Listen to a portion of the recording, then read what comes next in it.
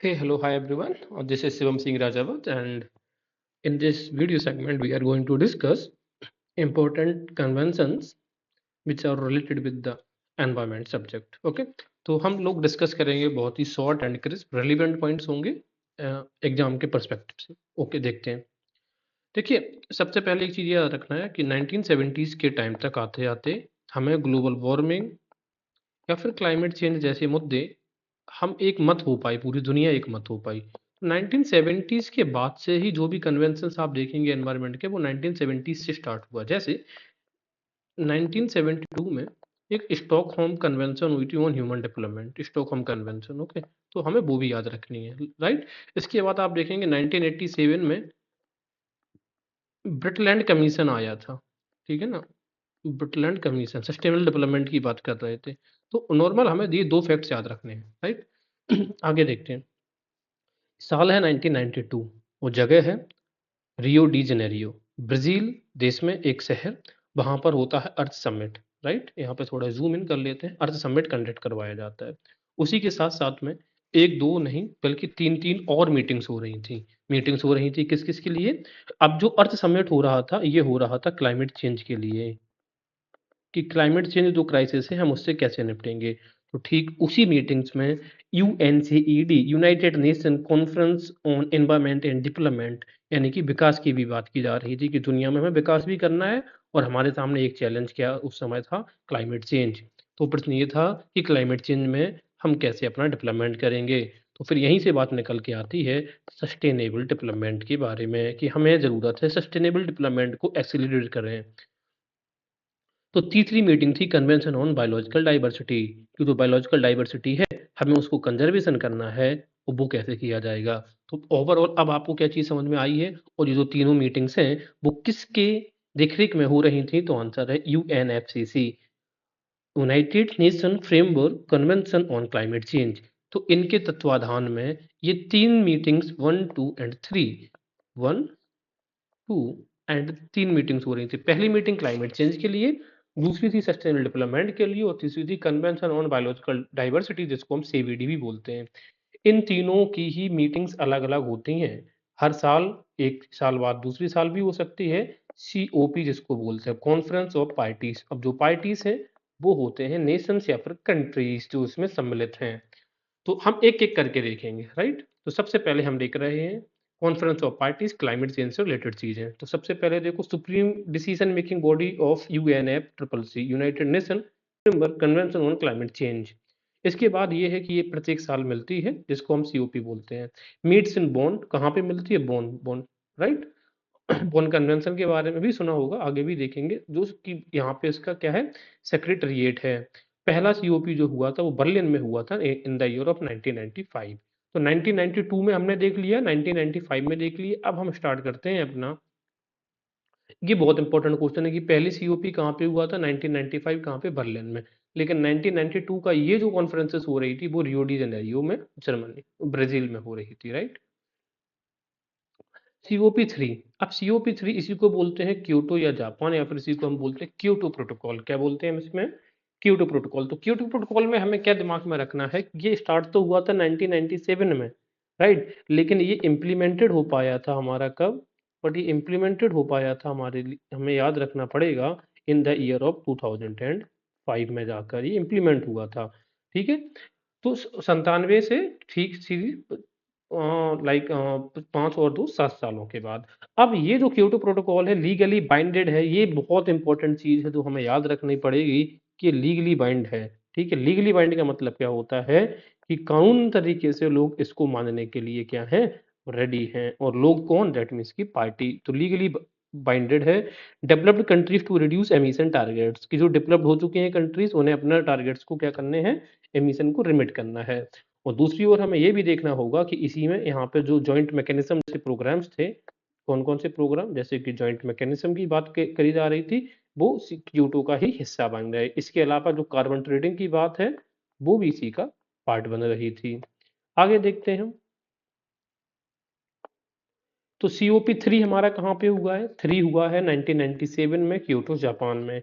इसके बाद आता है COP7. 7 मतलब कि मर्राकेश. याद कैसे करेंगे कि साथ में मरते हैं, साथ में क्या करते हैं, साथ में मरेंगे। तो ये चीज़ हमें याद रखनी है। तो मराकेश में हुआ था। अब मराकेश एकॉर्ड्स जो कहा जाता है वो कब हुआ था ये भी पूछ सकते हैं। तो मराकेश रिकॉर्ड हुआ था 2001 में, ठीक है। और पूछा जाएगा आपसे, इसमें रेटिफिकेशन साइन किया गया कि ठीक है क्योटो प्रोटोकॉल को हम आगे बढ़ाएंगे। यहीं पर स्पेशल क्लाइमेट चेंज फंड भी स्टार्ट किया गया था मराकेश COP7 में। याद कैसे रखेंगे, स्पेशल क्लाइमेट चेंज फंड, तो स्पेशल से याद रखेंगे, स्पेशल हो या फिर नॉन स्पेशल हो, समझना हर किसी को है। COP8 बहुत इंपॉर्टेंट है, 2002 हुआ था दिल्ली में, क्योंकि हम न्यू दिल्ली, ये D8 ये याद रखेंगे। और कब हुआ था, 2002 में दिल्ली डिक्लेरेशन हुआ था। क्या हुआ था कि development needs of the poorest countries, कि जो गरीब देश है उन्हें अपना एमिशन रिडक्शन करने के लिए मदद चाहिए और technology transfer for climate change के लिए। तो दिल्ली में दो चीजें याद रखनी है हमें, क्या, पुअर नेशन की, पुअर डेवलपमेंट की बात हो रही थी, दूसरी टेक्नोलॉजी ट्रांसफर। 8 के बाद हमें याद रखना है COP15, ये हुआ था कोपेनहेगन में, 15 कोपेनहेगन में, और 2009 के अंदर यहाँ पे डेवलप कंट्रीज ने प्लेस किया था कि 30 ट्रिलियन फास्ट स्टार्ट फाइनेंस किया जाएगा। और इसी में बेसिक सी चीजें, यानी कि एक न्यू ऑर्गेनाइजेशन बेसिक डेवलप हो गया था डेवलपिंग कंट्रीज का। तो कैसे, अब बेसिक कब हुआ था, कोपेनहेगन। तो हमें कई बार जरूरत होती है कि बेसिक चीजों के साथ में हम क्या करें, कोऑपरेट करें। इसके बाद हम देखते हैं COP14। 14 में, अब 14 कहाँ पे हुआ था, 14 पोलैंड, 14 पोलैंड ऐसे याद रखना है। पोजनान पोलैंड में adaptation fund under Kyoto protocol launch हो गया था। ये बहुत इंपॉर्टेंट चीज है कि अडेप्टेशन फंड कब हुआ था। तो देखो ये कैसा लिखा जा रहा है और ये कैसा लिखा जा रहा है, ठीक है ना। इनकी बनावट के हिसाब से अडेप्टेशन 14 में हुआ था। और Poznan strategic programme on technology transfer, अब यही पूछ रहे हैं आपको कि ये बताओ पोजनान जो स्ट्रेटेजिक प्रोग्राम है वो किसको लेकर है। तो हम कह सकते हैं टेक्नोलॉजी ट्रांसफर को लेकर है। इसके अलावा COP14, सॉरी हम लोग क्रम से लाइक डेविएट हो गए, लेकिन COP चलो तो तब भी कोई दिक्कत नहीं है, हमें बस टर्म से याद रखने। COP13 हुआ था बाली इंडोनेशिया में। Bali road map and Bali action plan initiate किया गया था on shared vision mitigation adaptation technology and financing के लिए, ठीक है। COP तो हमारा सबसे पहले COP3, 7, 8, फिर 13, COP14 हुआ था पोलैंड, और COP15 कोपेनहेगन जहाँ पे बेसिक स्टार्ट हुआ था और 30 बिलियन फास्ट स्टार्ट फाइनेंसिंग हुआ था। 15 के बाद आता है हमारे पास 16, 16 मतलब कैनकन, कैनकन मतलब कि मैक्सिको। यहाँ पे जो सबसे इंपॉर्टेंट चीज थी, एक कैनकन एग्रीमेंट हुआ था। ये डिसाइड किया गया था कि असिस्ट करेंगे डेवलपिंग नेशंस को एक क्लाइमेट चेंज से डील करने में। इसके अलावा ग्रीन क्लाइमेट फंड, अब ये बताओ, कैन, कैन मतलब कि कान, हमने याद किया कान की बाली कैसी होती है, हरी होती है। तो ग्रीन क्लाइमेट फंड यहाँ पर हुआ था। जबकि अडेप्टेशन फंड कहाँ पे हुआ था, 14 में पोलैंड, अडेप्ट पोलैंड। COP16 की बात करते हैं। COP17 Durban, Durban that mean south Africa. यहाँ पर एग्रीकल्चर को भी क्लाइमेट चेंज के अंदर लाया गया था, क्योंकि इसके बिना कुछ भी पॉसिबल नहीं है। तो एग्रीकल्चर से लोग वैसे भी डरते हैं, तो डरबन में COP17। इसके अलावा यहाँ पर देखो, ग्रीन क्लाइमेट फंड लॉन्च करने की बात तो यहाँ कही गई थी, लेकिन फाइनली यहाँ पर लॉन्च हुआ। ग्रीन क्लाइमेट फंड का जो ऑफिस है वो है सोंगदो, साउथ कोरिया में। इसका जो ट्रस्टी होता है वो बेस्ट बैंक होता, वर्ल्ड बैंक होता है। COP18 की बात करें, 18, 18 यानी कि दोहा, दोहा यानी कि ये अब हो गया है 2012। तो अब ये बताइए 1992 में +20 जोड़ दो तो कितना हो गया, 2012। इसी वजह से दोहा रोड मैप है वो इंपॉर्टेंट हो जाता है। तो दोहा अमेंडमेंट में क्या कहा गया कि हमें क्योटो प्रोटोकॉल में अमेंडमेंट करना होगा और रिड्यूस करना होगा green house gas emissions by कितने परसेंट, दो हमें क्या कहा गया, 18% कंपेयर टू 1990 के लेवल से। अब याद रखना कि तरीका कैसा है, COP18 में 18% की, 18 में 18% रिडक्शन की बात की गई थी कंपेरिजन टू 1990 के लेवल पे। यहीं पर COP में, यानी कि दोहा में, MRV फ्रेमवर्क भी लॉन्च किया गया। अब याद रखना दोहा, दोहा को हम याद रखेंगे डोसा से। जब भी आप डोसा खाते हैं तो आप क्या करते हैं, उसका मेजरमेंट देखते हैं, रिपोर्ट करते हैं और वेरिफिकेशन करते हैं कि इस हाइजीनिक तरीके से बना या फिर नहीं। तो MRV फ्रेमवर्क हुआ था दोहा में। COP19 यानी कि वॉर्सा, वॉर्सा यानी कि पोलैंड, वॉर्सा में सबसे बड़ी बात है रेड प्लस। ये क्या है, रेड प्लस। अभी तो जब कहीं पे भी वॉर होता है तो सब हर जगह पर रेड रेड दिखता है। इसके अलावा वॉर्सा में एक चीज और हुई थी, लॉस एंड डैमेज मैकेनिज्म की बात हुई थी। तो ये बताओ, जब वॉर होता है तो लॉस एंड डैमेज तो होता ही है। 19 के बाद हमें देखने को मिलेगा COP20 हुआ था लीमा, लीमा यानी कि कैपिटल है किसी, पेरू, जो कि साउथ अमेरिकन कंट्री है। यहाँ पर मिनिस्ट्रियल डिक्लेरेशन हुआ था और ये कहा गया था कि एजुकेशनल अवेयरनेस भी हमें लानी होगी, यानी कि हम अपने जो भी कंट्रीज़ इसमें पार्टिसिपेटरी हैं, वो सब कंट्रीज़ अपने करिकुलम में क्लाइमेट चेंज की बात करेंगी, जिससे कि अवेयरनेस क्रिएट होगी। इसके अलावा एनएपीएस यानी कि लीमा में भी स्टार्ट किया गया था नेशनल एडेप्टेशन प्लान्स, और साथ-साथ में यहाँ पर नाज़का एक्शन प्लान्स भी पेरू ने लॉन्च किया था। यूएनएफसीसी ने यहाँ पे नामा डे स्टार्ट किया था। नामा डे का फुल फॉर्म होता है क्या? National appropriate mitigation actions by developing Nations. तो याद रखना है, नामा डे और एनएपीएस कहाँ पे हुआ था? लीमा। और अवेयरनेस, एजुकेशन अवेयरनेस भी लीमा की बात की गई थी, और लीमा में कब? COP 20 Lima. 21 तो हुआ था फ्रांस पेरिस, ये बहुत इंपॉर्टेंट है। यहाँ पे क्लाइमेट फाइनेंसिंग की बात की गई थी बाई रिच कंट्रीज, और ये डिसाइड किया गया था कि 2 डिग्री सेल्सियस से ज़्यादा टेम्परेचर हम नहीं बढ़ने देंगे comparison to industrial level. Yearly 100 billion funding की भी बात की गई थी, और यहीं पर इंडिया ने अपना आईएनडीसी यानी कि डिटरमाइंड गोल्स दिए थे कि 33 टू 35% हम अपना एमिशन रिड्यूस कर लेंगे कंपेयर टू 2005 लेवल, और इंडिया ऐसा कर भी चुका है। इसके अलावा सीओपी 24 कैटोवाइस पोलैंड। अब ये बताओ, पोलैंड में एक और हो चुका है, पोलैंड में सीओपी एक और हो चुका है, सीओपी 14। लेकिन जो 14 है वो पोजनान में हुआ था, और सीओपी जो 24 है जो ये कैटोवाइस में हुआ था। यहाँ पर rule book for Paris agreement start की गई थी, ठीक है, नेशनल डिटरमाइंड जो कंट्रीब्यूशन है। तो सीओपी अब पोलैंड में दो हो चुके हैं, राइट, सीओपी 14 और 24, ये भी देख लो, 14 24 10 10 का डिफरेंस है, ठीक है, ये भी देख लो, 8 में, ये 18 में। तो रूल बुक कहाँ पे बनी है? कैटो वाइस, ठीक है। अब ये बताओ, रूल जो रूल होता है वो कैसे होते हैं? पोले रूल होते हैं, राइट, जिससे कि लोग उनका फायदा उठा जाते हैं। इसके अलावा सीओपी 24 हो गई है। अब हम बात करते हैं सीओपी 25 की, क्योंकि हमें इसमें देखने को मिलेगा।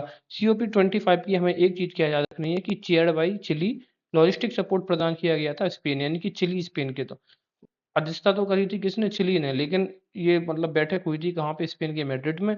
यहाँ पर जो स्टार्ट किया गया था वो स्टार्ट किया गया था क्लाइमेट एम्बिशन अलायंस। अभी बताओ, आपकी ग्रीन चिली होती है तो चिली का एम्बिशन, जब चिली डालते समय अपने एम्बिशन कंट्रोल में रखना चाहिए, ये याद रखना है, ठीक है।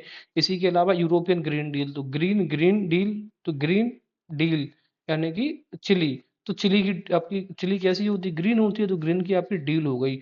उसमें यूरोपियन ने क्या कमिट किया था? Commit at least 25% of European unions का जो बजट होगा लॉन्ग टाइम का, वो क्लाइमेट एक्शन में जाएगा। और यहाँ पर उन्होंने अपने नेट जीरो एमिशन टारगेट की भी बात की थी।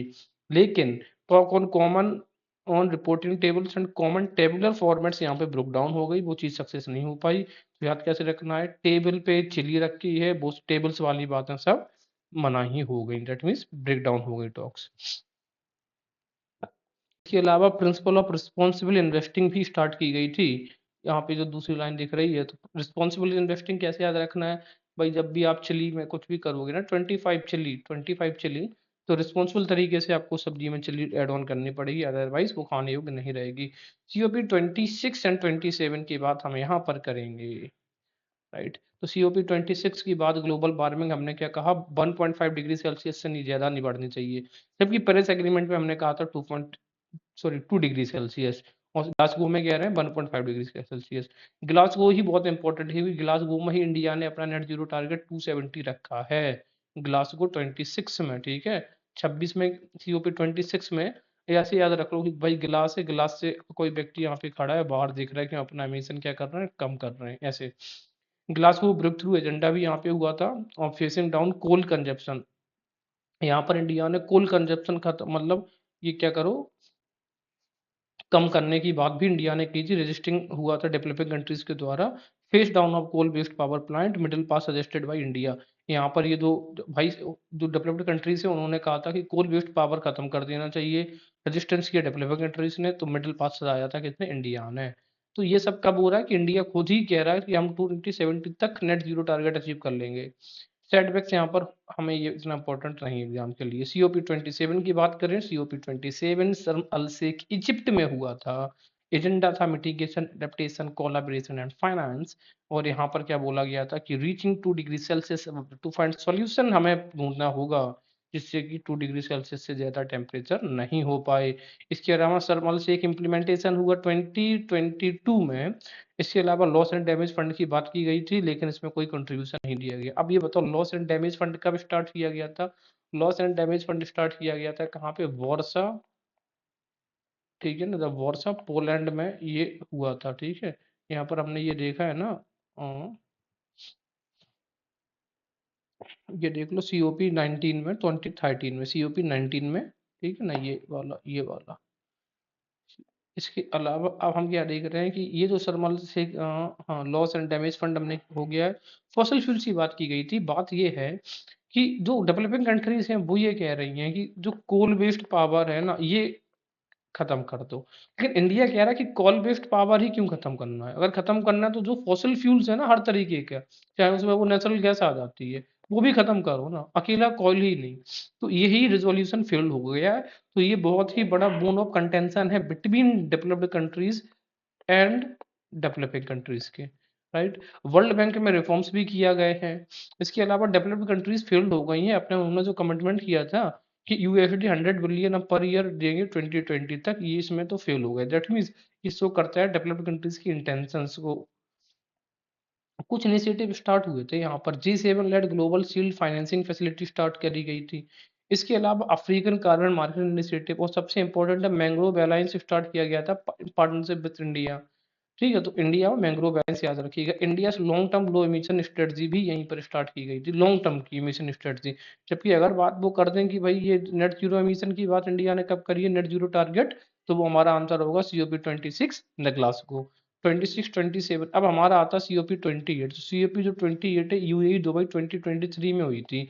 इसमें सबसे बड़ी बात है कि इंडिया ने ये ऑफर कर दिया था कि हम 33वां जो एडिशन होगा ना 2028 में, 28 में, वो हम इंडिया में कराना चाहते हैं। तो सीधी सी बात है कि इससे पहले इंडिया ने 2002 में करवाया था, वो भी COP8, और वो भी कहाँ पर हुआ था, ये दिल्ली में, राइट। इसके अलावा इंडिया ने ग्रीन क्रेडिट इनिशिएटिव की भी ये जो एक नॉन कमर्शियल एफर्ट है कार्बन सिंक करने का, उन्होंने कहा कि भाई इसकी भी इंडिया ने वकालत की है। इसके अलावा the proposal to host COP requires approval from UNFCCC signatories, और अगर वो एक्सेप्ट हो जाता है तो फिर इंडिया 2002 के बाद अब दोबारा से ही करवा रहा होगा। इसके अलावा प्रधानमंत्री मोदी जी ने पार्टिसिपेट किया था। अब इसके अलावा क्या है, COP28 में जो अप्रूव किया गया था लॉस एंड डैमेज फंड के तौर पर 500 मिलियन इन फाइनेंशियल कमिटमेंट्स की भी बात की गई थी। देखो अचीव ये कमिटमेंट्स तो काफी हो रहे हैं, बट ये कमिटमेंट्स ये फुलफिल नहीं हो रहे, तो हमें बस इतना याद रखना है COP28 में कितने मिलियन फाइनेंशियल कमिटमेंट तक, 500 मिलियन US डॉलर। अप्रिशिएट किया प्रधानमंत्री मोदी जी ने UAE का जो 30 बिलियन क्लाइमेट इन्वेस्टमेंट फंड था, और कहा कि एक नया क्या, calls for finalising a new target on climate finance की पे एक नया टारगेट सेट करने की जरूरत है, उसको फाइनलाइज कर दो, सब लोग एग्री हो जाते हैं। इसके अलावा एम्फेसाइज किया developed countries commitments to the GCF green climate fund and the adaptation fund को। अडेप्टेशन फंड अब कब हुआ था ये बताइए, 14 याद करिए, अडेप्टेशन COP14, ठीक है। Fund urging carbon footprint elimination by 2020, carbon footprint जो एलिमिनेट करना है कब तक करना है हमें, 2050 तक करना है। ये चीजें हमें याद रखनी चाहिए होती हैं। अब आप ये बताओ COP14 में, यहाँ पर एक चीज और आपको दिखा दे रहा हूँ, ये देख लो। COP14 में हमने बात करी थी ना अडेप्टेशन फंड की, और कहाँ पे हुआ था COP14 पोलैंड में। इसके अलावा COP28 में एक चीज और बाकी रह गई थी, ये जो leadership group for industry transition lead IT 2.0 है, इसमें भी इंडिया की भागीदारी है, बस इतना हमें याद रखना है, राइट। तो अब ये देखो COP28 हम थोड़ा जल्दी से देख लेते हैं। 33rd एडिशन 2028 में जो होना है, उसमें इंडिया ने बोला था कि हम इसे होस्ट कर सकते हैं। अगर इंडिया होस्ट करता तो ऐसा क्या होता, 2002 के बाद से इंडिया पहली बार, मतलब दूसरी बार इसको होस्ट कर रहा होता। इसके अलावा इंडिया ने क्या किया है कि जो 500 बिलियन फाइनेंशियल कमिटमेंट्स हुआ है COP28 में, उसको अप्रिशिएट किया है। इसके अलावा जो ये भी कहा है कि जो न्यू टारगेट होना चाहिए क्लाइमेट फाइनेंसिंग के ऊपर। इसके अलावा एम्फिसाइज किया है कि कार्बन फुटप्रिंट एलिमिनेट करना है हमें कब तक, 2050 तक। और इंडिया की पार्टिसिपेटरी लीडरशिप है lead IT 2.0 leadership group for industry transition. Leadership की बात होगी तो मोदी जी या फिर इंडिया लीड तो करेगा ही। तो ये हो गई हमारी COP28, जो भी इंपॉर्टेंट थी we have completed till now. अब इसी क्रम में अब हम बात करते हैं अपने सस्टेनेबल डेवलपमेंट गोल्स को लेकर। तो कन्वें सॉरी तो याद रखना जो UNFCCC का जो क्योटो प्रोटोकॉल है वो लीगली बाइंडिंग है, और अगर आपने कानून तोड़ा तो कूटे जाओगे, इसी तरीके से याद रखना। इसके अलावा अब हमने देखा एजेंडा 21 का मतलब है जो 21st सेंचुरी चल रही थी उसकी बात, उसका एजेंडा क्या था? ग्लोबल एजेंडा 21 उसको कहा जाता है। Agenda 21 for culture and development की बात थी, 1992 में बनाया गया था। इसके बाद रियो प्लस 5, रियो में 5 जोड़ दो, 92 में 5 जोड़ो 97, 97 में रियो प्लस 5 में आइडेंटिफाई की ट्रेंड्स आइडेंटिफाई किए गए थे। क्या क्या थे? इंक्रीजिंग ग्लोबलाइजेशन, ठीक है, widening inequalities, that means income inequalities की बात हो रही थी, और इनकम डेटरियोरेशन की भी बात हो रही थी। जोहान्सबर्ग समिट होता है कब? 2002 में, याद रखना। ये जोहान्सबर्ग समिट किससे रिलेटेड है? जोहानिसबर्ग। अब ये बताओ, जोन द डॉन, ये डेवलपमेंट की बात करते हैं, ठीक है। अफर्म किया इम्प्लीमेंट करना है एजेंडा 21 और एमडीजी। जोहान्सबर्ग समिट ही क्यों इंपॉर्टेंट है? क्योंकि यहाँ पर मिलेनियम डेवलपमेंट गोल्स की बात हुई थी, बाद में इनको कन्वर्ट करके सस्टेनेबल डेवलपमेंट गोल्स की बात हमने की है। रियो प्लस 20 यानी कि 2012, याद करो, जैसे कि कतर में जो एक बैठक हुई थी 2012 में, जिसमें फर्दर हमें डिस्कस करना था अपनी क्लाइमेट चेंज की रिस्टेट। दूसरी तरीके से रियो प्लस 20 2012 में एक बैठक हुई थी, उसमें क्या बोला गया था कि हमें ग्रीन इकोनॉमी को कैसे बोल्ड करना है, सस्टेनेबल डेवलपमेंट कैसे इंश्योर करना है, और लोगों को गरीबी से कैसे बाहर निकालना है। इसके अलावा how to improve international coordination for sustainable development पे इंटरनेशनल कोऑर्डिनेशन भी हमें क्या करनी है, अपना इम्प्रूव करनी है। कंक्लूजन रिपोर्ट यहीं की निकल के आई थी रियो 20 की, द फ्यूचर वी वांट, वो भविष्य जो हमें चाहिए, यानी कि हमें अपने विकास किस प्रकार का चाहिए, सस्टेनेबल चाहिए या फिर एक्सप्लॉइटेटिव डेवलपमेंट चाहिए। और यहीं पर page partnership for action on green economy की बात की गई थी। ग्रीन इकोनॉमी जब भी बात आती है, ये हमेशा डेवलपमेंट से रिलेटेड होता है। तो रियो 20 क्यों इंपॉर्टेंट है? दो चीजें, द फ्यूचर वी वांट ये रिपोर्ट, और दूसरा page partnership for action on green economy. हम बात करते हैं कन्वेंशन ऑन बायोलॉजिकल डाइवर्सिटी यानी कि सीबीडी। सीबीडी भी लीगली बाइंडिंग है, लेकिन याद रखना सीबीडी को यूएसए ने रेटिफाई अब तक नहीं किया है। इसके अलावा वो कह रहे हैं कि फेयर एंड इक्विटेबल शेयरिंग होनी चाहिए of the benefits arising out of the utilisation of genetic resources की। इसके अलावा कार्टिजेना प्रोटोकॉल, सी से कार्टिजेना और सी से 3 बना दो था 2000 में, इंप्लीमेंट हुआ 2003 में जाके। कार्टिजेना प्रोटोकॉल रिलेटेड बायोसेफ्टी, बायोसेफ्टी की जब बात होती है तो यहाँ पर आता है एलएमओएस यानी कि लिविंग मॉडिफाइड ऑर्गेनिजम्स की, ठीक है। क्योंकि आप देखो, जो कोरोना वायरस हुआ था, उस तरीके की इंसिडेंट्स को रोकने के लिए पहली बात हुई थी, लेकिन उतना सक्सेस नहीं हो पाया, क्योंकि ये ब्लेम है कि चाइना ने इनको लैब में ग्रो किया था। नागोया प्रोटोकॉल, नागोया या फिर कोलालमपुर प्रोटोकॉल 2010 में हुआ था, और इसमें बात कही गई थी कि जो कार्टेजन प्रोटोकॉल है, हम इसको क्या करेंगे, इसको हम एम्फसाइज करेंगे, इंप्लीमेंट करेंगे। इसके अलावा उन्होंने बात की है implementation of fair and equitable sharings की। साथ में नगोया प्रोटोकॉल में एक चीज बहुत इंपॉर्टेंट जो उन्होंने जोड़ी गई थी, वो थी कि ट्रेडिशनल नॉलेज का बेनिफिट शेयरिंग भी सबके साथ में इक्वल होना चाहिए। एक ही टारगेट्स दिए गए थे, वही है बायोडाइवर्सिटी से रिलेटेड थे। इसके अलावा सीओपी 11 जो हुआ था, वो कहाँ पे हुआ था? हमारा हैदराबाद में। अब इसमें कमिटमेंट किया गया था कि फाइनेंस हमें क्या करना है, डबल करना है। याद रखना सीओपी 11 हैदराबाद हुआ है, वहां पर सीओपी जो क्लाइमेट चेंज वाला है वो कौन सा 8 हुआ है, ठीक है, 2002 में हुआ था। राजीव गांधी इंटरनेशनल, अब देखो हैदराबाद आए हैं तो इंडिया कुछ ना कुछ तो करेगा, राजीव गांधी के नाम पे इंटरनेशनल अवार्ड्स स्टार्ट किए गए थे, किसके लिए? For harnessing biodiversity for livelihood. इसके अलावा सीओपी 14 हुआ है सर्म अल शेख डिक्लेरेशन, जिसको बोलते हैं सर्म अल शेख। अब ये बताओ, सर्मल शेख डिक्लेरेशन कब? 2018 में।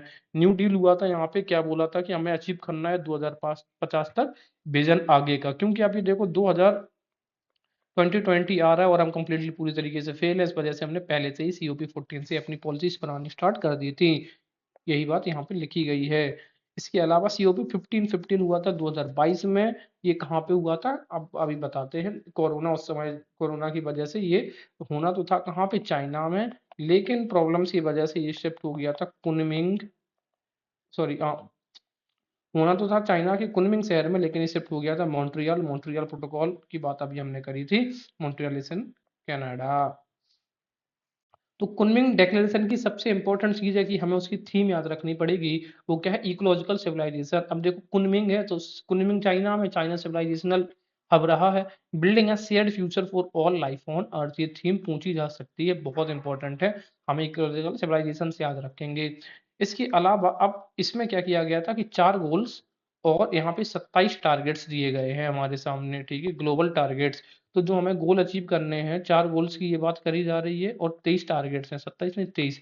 तो गोल हमेशा लंबा होता है, तो 2050 तक अचीव करेंगे। और टारगेट्स होते हैं, दैट मीन्स बाइफरकेटेड, छोटे छोटे पार्ट्स में, टुकड़ों में डिवाइडेड होता है, तो वो हम कब तक करेंगे? 2030 तक क्या करेंगे, इनको अचीव करेंगे। तो 4 गोल, 23 ग्लोबल टारगेट्स हैं, Kunming Montreal global biodiversity framework. इस वर्ड को अच्छे से याद रख लो, Kunming Montreal global biodiversity framework, COP 15 2022 CBD से रिलेटेड है। अब 4 गोल्स जो हमारे सामने हैं, उनमें से हमें सब नहीं देखना, जो इंपॉर्टेंट है वो देखते हैं। पहला गोल जो है वो हमें कि रिड्यूस एक्सटेंशन जो रेट है ना, वो 10 गुना तक हमें कम करना है। कब तक? 2050 तक। कितना कम करना है हमें? 10 गुना रेट, एक्सटेंशन रेट। अब कब तक? 2050 तक। अब जितने भी गोल है ना, तो ये हमेशा क्या होगा, 2050 तक की बात करी जाएगी। इसके अलावा हमें जो टारगेट्स है, अब टारगेट्स, पहला टारगेट्स हम ये देखें 30 × 30, that means restore at least 30% of areas of degraded ecosystems. Ecosystem की बात कर रहे हैं तो इकोसिस्टम में तो सब आता है, चाहे टेरेस्ट्रियल सिस्टम हो, इनलैंड हो, इनलैंड वाटर हो, कोस्टल वाटर्स की बात हो, मरीन की बात हो, एवरीथिंग इसमें आएगा। तो 30 × 30, ठीक है, 30% करना है हमें, ठीक है, 30% of areas, conserve at least 30% of ecosystem. 30% तो एरिया हमें क्या करना है, डिग्रेड सिस्टम से बचाना है, और 30% इको सिस्टम से क्या करना है हमको, क्या करना है, लेट मी सेव करना है। तो ये तो देखो, ये 30 जो भी आ रहा है ना, ये अचीव करना है 2030 तक ही हमें। इसके अलावा रिड्यूस करना है invasive alien species bye at least 50%। अब ये देखो, इन्वेसिव एलियन वाली बात जो है ना, ये कितना करना है, 50% हो। कब तक? 2023 तक, ठीक है। तो आप कैसे रख सकते हो, ये बताओ, एलियन, जो एलियन की बात करते हैं ना, 50% लोग मानते हैं कि हाँ हो सकते हैं, 50% लोग मानते हैं कि हाँ नहीं हो सकते, तो ऐसे याद रख सकते हैं। इसके अलावा सबसे बड़ी बात क्या है कि जो पेस्टिसाइड और हेजार्डस केमिकल्स, इनका यूज भी हमें 50% तक क्या करना है, कम करना है। बाकी सब में 50% है, सिर्फ किसमें 30% है, जो रिस्टोर की बात कर रहे हैं, पर कंजर्वेशन की बात कर रहे हैं, राइट, ऑफ टेरेस्ट्रियल इकोसिस्टम्स की, ठीक है, उनमें 30 है, बाकी सब में 50% का टारगेट हमने रखा हुआ है। इसके अलावा एक चीज हमें और जो मैनेज करनी है, वो ये वाला है कि हमने क्या किया है कि एक नया, यहाँ पर आप देखोगे कि यहाँ पर एक न्यू फाइनेंशियल मैकेनिज्म की बात की गई है,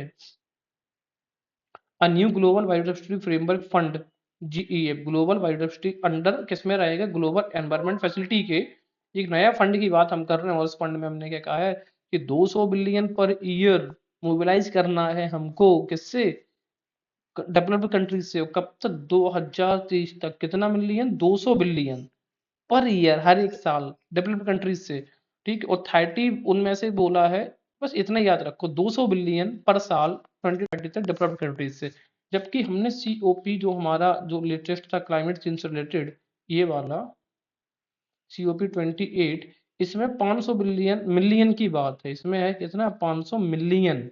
और इसमें है 200, CBD वाले में कितना है, CBD वाले में है 200 बिलियन पर ईयर है ना, हर साल। जबकि वो 500 मिलियन का तो एक पूरा कॉर्पस की बात कर रहा है, COP 28।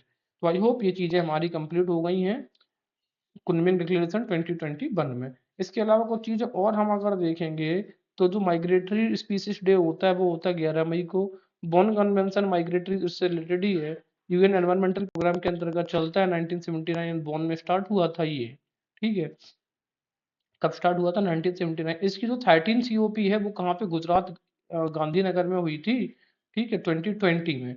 उसमें क्या हुआ था, उसमें 10 जो 10 न्यू स्पीसीज को ऐड कर दिया गया था, इतना हमें याद रखना है। तो याद रखो कि गांधी डिक्लेरेशन किससे रिलेटेड है, bone conference of the parties किससे, यानी कि ये बोन कन्वेंशन से रिलेटेड है।